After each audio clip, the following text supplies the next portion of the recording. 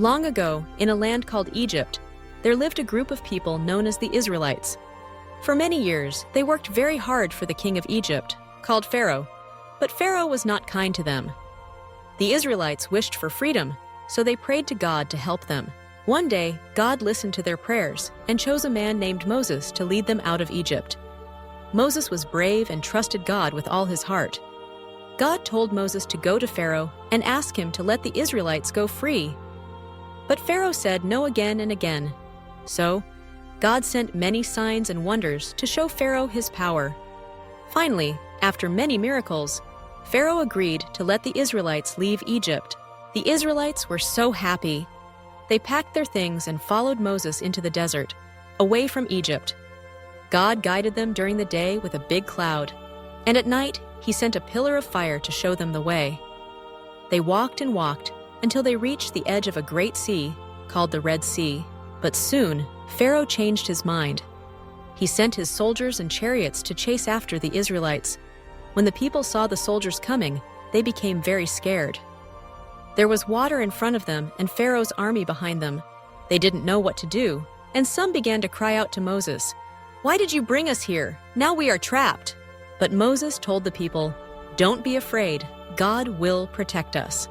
Then God told Moses to stretch out his staff, the special stick he carried, over the sea. Moses obeyed, trusting God to do something amazing. Suddenly, a strong wind began to blow. The water in the sea started to move aside, making tall walls of water on both sides. Right in the middle, the ground became dry. God created a safe path for the Israelites to cross. Moses led the people onto the dry ground, and all the Israelites walked safely between the walls of water from one side of the sea to the other.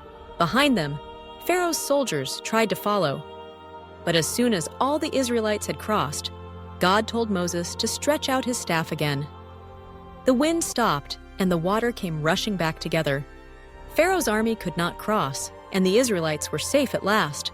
When they reached the other side, the Israelites were filled with joy. They laughed and hugged each other, so happy that God had rescued them. Moses' sister, Miriam, picked up a tambourine and began to sing and dance. All the people joined her, singing songs of thankfulness to God for saving them from danger.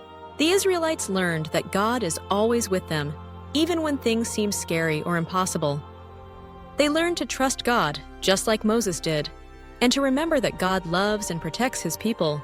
And so, the Israelites continued their journey, knowing that with God by their side, they could face anything that came their way.